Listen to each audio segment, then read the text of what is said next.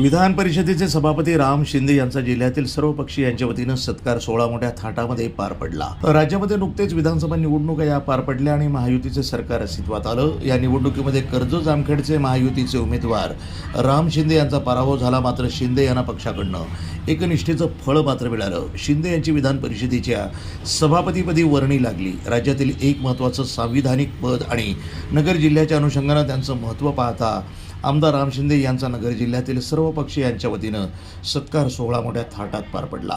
ज्येष्ठ समाजसेवक अण्णा हजारे, पद्मश्री पोपटराव पवार यांच्या प्रमुख उपस्थितीमध्ये आणि सर्व पक्षीय पदाधिकारी आणि कार्यकर्त्यांच्या वतीनं राम शिंदे यांचा सपत्नीक सन्मान आणि सत्कार करण्यात आला। यावेळी राम शिंदे यांच्या पुढील वाटचालीस शुभेच्छा देत प्रमुख पाहुण्यांनी आपल्या प्रतिक्रिया याप्रमाणे व्यक्त केल्या। आणि देशात धनगर समाजाला हा पहिल्यांदा मान मिळाला संविधानिक आणि पीठासीन अधिकारी। 7 तारखेला या देशाचे पंतप्रधान, राष्ट्रपती, गृहमंत्री, उपराष्ट्रपती यांना 6 आणि 7 ला आता मी भेटायला जाणार आहे। त्यामुळे कधी कोणचं स्वप्न न बघितलेला माणूस आणि कधी बारीक मधल्या बारीक माणसाला मी कधी विसरलो नाही।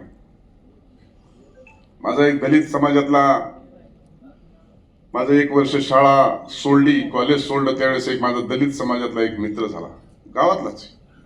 नेमका या निवडणुकीच्या काळात तो एक्सपायर झाला। सकाळीच त्याला अटॅक आला आणि गेला। मी तिथंच त्याच्या घरी गेलो, तासभर रडत बसलो, निवडणूक सोडून। त्याच्यात थोडासा डोक्यावर परिणाम झाला होता। कधी माझी गाडी पळत चालली घरातून की तो आडवा यायचा। गृहमंत्री झाले होते, त्याला वाटलं हे वेडा माणूस हल्लाच करतोय मंत्र्यावर। मीच उतरून पळवलं, त्याला म्हणलं सोडा सोडा सोडा, कारण त्याचा माझ्यावर जो जीव होता तो महत्वाचा होता। त्यामुळे मी माझ्या लहानपणापासून आतापर्यंत कोणालाही कधी विसरलो नाही। परवा देखील रवी भवन मध्ये आम्ही जेवायला गेलो, बंगला मिळाला, माझ्याबरोबर शहाजीराजे होते। तर एक दसपुते नावाचा ग्रहस्थ तिथं होता, आता सेक्रेटरी आहे। तो म्हणला, मी साहेब सेक्रेटरी दसपुते। म्हणलं मी तुम्हाला ओळखतो, तुम्ही नगरला एक्झिक्युटिव्ह इंजिनियर होते। म्हणलं ना, 26 वर्षानंतर त्याला मी ओळखलं। आणि म्हणून कधी कोणाला मी असं आकस मनामध्ये काही ठेवलंय असं कधी काही केलं नाही।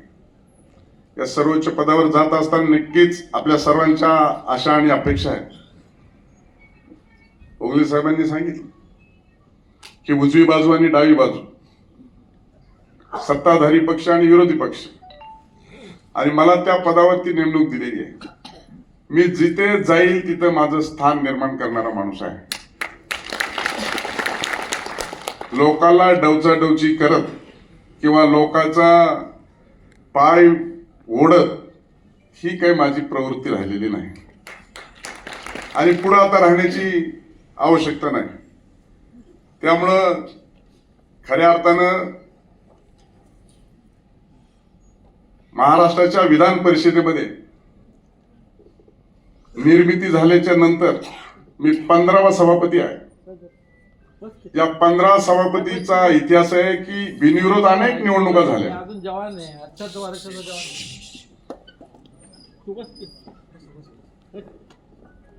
बिनविरोध अनेक निवडणुका झाल्या, पण ज्या वेळेस उपसभापती निलमताई गोरे सांगत होत्या की सभापती